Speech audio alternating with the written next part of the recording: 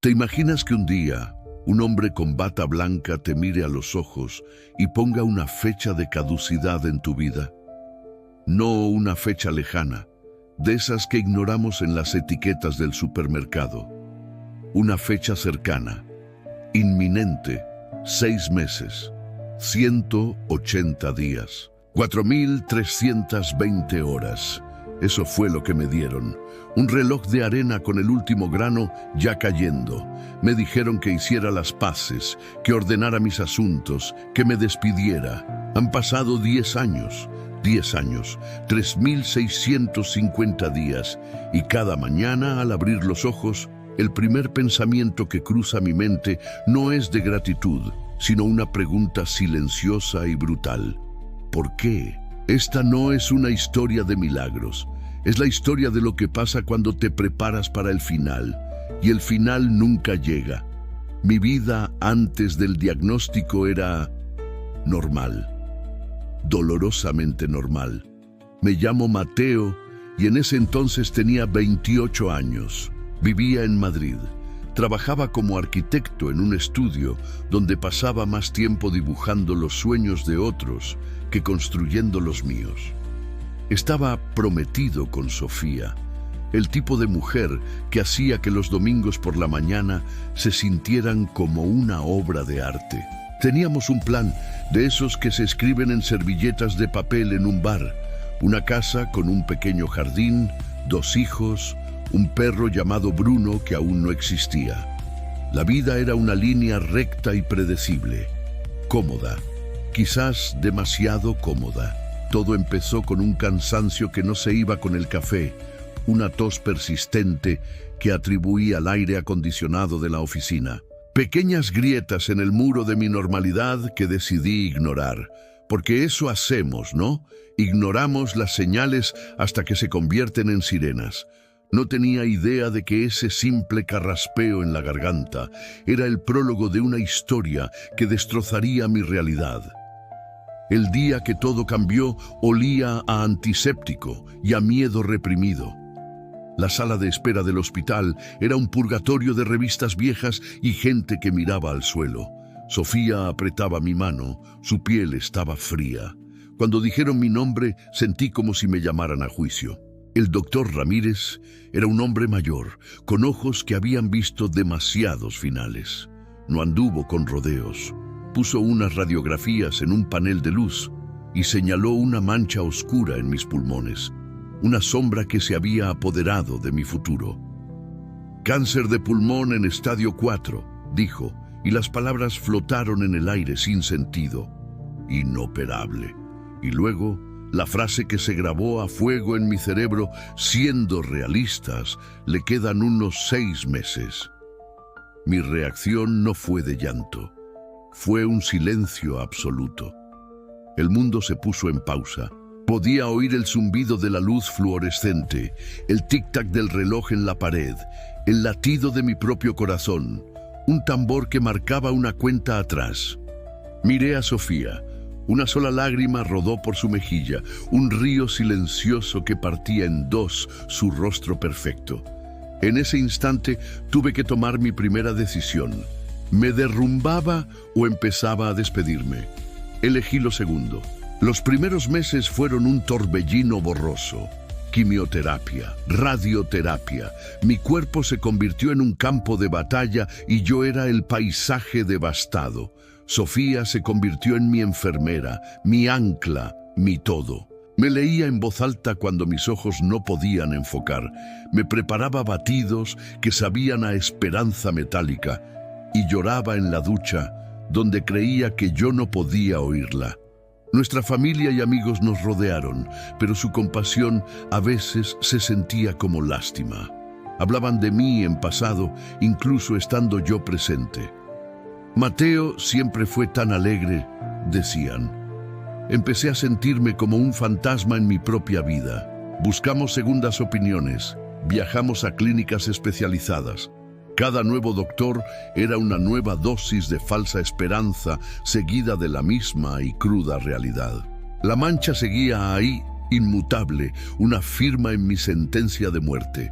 Un día, después de una sesión de quimio particularmente brutal, mientras vomitaba hasta el alma en el baño del hospital, me miré al espejo. Vi a un extraño, calvo, pálido, con los ojos hundidos, y tomé una decisión. Ya no más. No quería pasar mis últimos días luchando una guerra perdida. Quería vivir. Fue una conversación difícil. Sofía se negaba a aceptar mi rendición. «No puedes rendirte, Mateo. Tenemos que luchar», me gritaba entre lágrimas. Pero yo estaba cansado de luchar. Estaba agotado de ser un paciente. «No me estoy rindiendo, Sofía», le dije, mi voz un susurro ronco. «Estoy eligiendo cómo vivir el tiempo que me queda». Dejé los tratamientos y por primera vez en meses sentí una extraña paz. Hice una lista. No una lista de cosas que hacer antes de morir, sino una lista de despedida. Quería cerrar círculos, no dejar cabos sueltos. La primera persona en mi lista era mi padre. No nos hablábamos desde hacía 5 años, desde una estúpida discusión sobre dinero. Conduje 3 horas hasta su pueblo en la costa. Cuando abrió la puerta y me vio tan frágil, su rostro se descompuso. No dijimos nada. Simplemente nos abrazamos y en ese abrazo se disolvieron 5 años de orgullo y silencio. Pasé una semana con él. Pescamos en silencio, vimos atardeceres, hablamos de todo y de nada. No le conté lo de los 6 meses, no quería su lástima, solo su compañía, y me di cuenta de que el perdón no era un regalo que le daba a él, sino un regalo que me daba a mí mismo. El reloj seguía corriendo. Mes 3, mes 4. Sofía y yo nos casamos. No en una gran iglesia, sino en el ayuntamiento, con solo nuestros padres y un par de amigos. Fue el día más feliz de mi vida, una burbuja de alegría perfecta en medio del océano de incertidumbre. Bailamos en el salón de nuestra casa nuestra canción favorita y por un momento olvidé que me estaba muriendo. Mes 5. Adoptamos a Bruno, un cachorro abandonado que era todo patas y torpeza. Llenó la casa de un caos maravilloso que ahogó el silencio temeroso. Empecé a pintar, algo que siempre había querido hacer. Llené lienzos de colores brillantes, de paisajes que quizás nunca vería. No eran obras maestras, pero eran mías. Eran la prueba de que seguía aquí, de que aún podía crear algo hermoso en medio de la destrucción. Llegó el día que marcaba el final de mis 6 meses. Recuerdo despertarme esa mañana y esperar algo, no sé qué. Un dolor repentino, el fin, pero no pasó nada. El sol entró por la ventana, Bruno lamió mi cara y Sofía me trajo el desayuno a la cama. El día pasó y luego otro y otro. Las semanas se convirtieron en meses. El 6.º mes se convirtió en el 7.º, luego en 1 año. Y la pregunta comenzó a crecer dentro de mí. ¿Y ahora qué? Había vendido mi parte del estudio de arquitectura. Habíamos gastado nuestros ahorros en vivir, no en ahorrar para un futuro que no creía tener. Había construido mi vida entera alrededor de la idea de que iba a terminar. Pero no terminó. La sombra en mis pulmones seguía ahí. Un recordatorio constante. Los médicos lo llamaban estabilidad inexplicable. Yo lo llamaba mi purgatorio personal. Estaba atrapado entre la vida y la muerte. Sobrevivir cuando te has preparado para morir es desorientador. Es como si hubieras ensayado 1000 veces para el acto final de una obra y de repente el director te dice que la función continúa, pero sin guión. El mundo siguió girando, pero yo me sentía fuera de lugar. Mis amigos hablaban de hipotecas, de ascensos, de planes, de pensiones, y yo no tenía nada de eso. Mi único plan había sido decir adiós. Sofía fue mi roca. Ella nunca perdió la fe, ni siquiera cuando yo lo hice. No estás en pausa, Mateo, me decía. Estás empezando de nuevo. Pero ¿cómo empiezas de nuevo cuando llevas el fantasma de tu propia muerte a cuestas? La ansiedad se convirtió en mi compañera constante. Cada tos, cada dolor me devolvía al pánico inicial. Vivía con miedo de que la tregua terminara. Los primeros años fueron los más difíciles. Intenté volver a la arquitectura, pero no podía. Diseñar edificios para un futuro que me parecía tan frágil se sentía falso. Me sentía como un impostor. Fue la pintura la que me salvó. Lo que empezó como una forma de despedida se convirtió en mi lenguaje. Pinté mi miedo, mi confusión, mi rabia. Pinté la belleza desgarradora de un amanecer después de una noche de insomnio. Pinté el rostro de Sofía, lleno de una fuerza que yo no poseía. Un día, una pequeña galería local se interesó en mi trabajo. Mi primera exposición se tituló 6 meses. Se vendió todo. La gente no compraba solo cuadros, compraban un trozo de mi historia, de mi supervivencia inexplicable.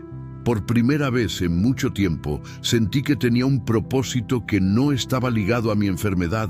Mi vida ya no era una cuenta atrás, sino una serie de lienzos en blanco esperando ser llenados. Han pasado 10 años. El doctor Ramírez se jubiló. Bruno ya es un perro viejo y tranquilo que duerme a los pies de nuestra cama. Sofía y yo nunca tuvimos hijos, pero hemos construido una vida rica y plena, tejida con los hilos de la incertidumbre. Vivo con el cáncer. No lo he vencido, pero tampoco me ha vencido a mí.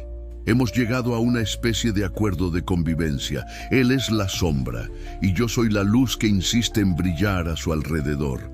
Aprendí que la vida no es una línea recta, es un caos hermoso y aterrador. Aprendí que los planes están sobrevalorados y que la verdadera valentía no está en luchar hasta el final, sino en encontrar la paz en el ahora, sin importar cuánto dure. Ya no me pregunto por qué yo, con amargura. Ahora me lo pregunto con curiosidad. ¿Por qué me dieron esta segunda oportunidad? No tengo la respuesta, pero cada día intento vivir de una manera que honre ese misterio. Intento vivir una vida tan llena de color, de amor y de verdad, que si mañana fuera realmente el final, podría irme sin arrepentimientos, sabiendo que no desperdicié ni un solo día de este tiempo prestado. Mi nombre es Mateo, y esta es mi historia. No la historia de cómo casi muero, sino la historia de cómo, contra todo pronóstico, aprendí a vivir de verdad. Gracias por acompañarme en este viaje. Si esta historia te ha tocado de alguna manera, dale a me gusta y considera suscribirte para más relatos sobre la increíble resiliencia del espíritu humano. Nos vemos en el próximo video.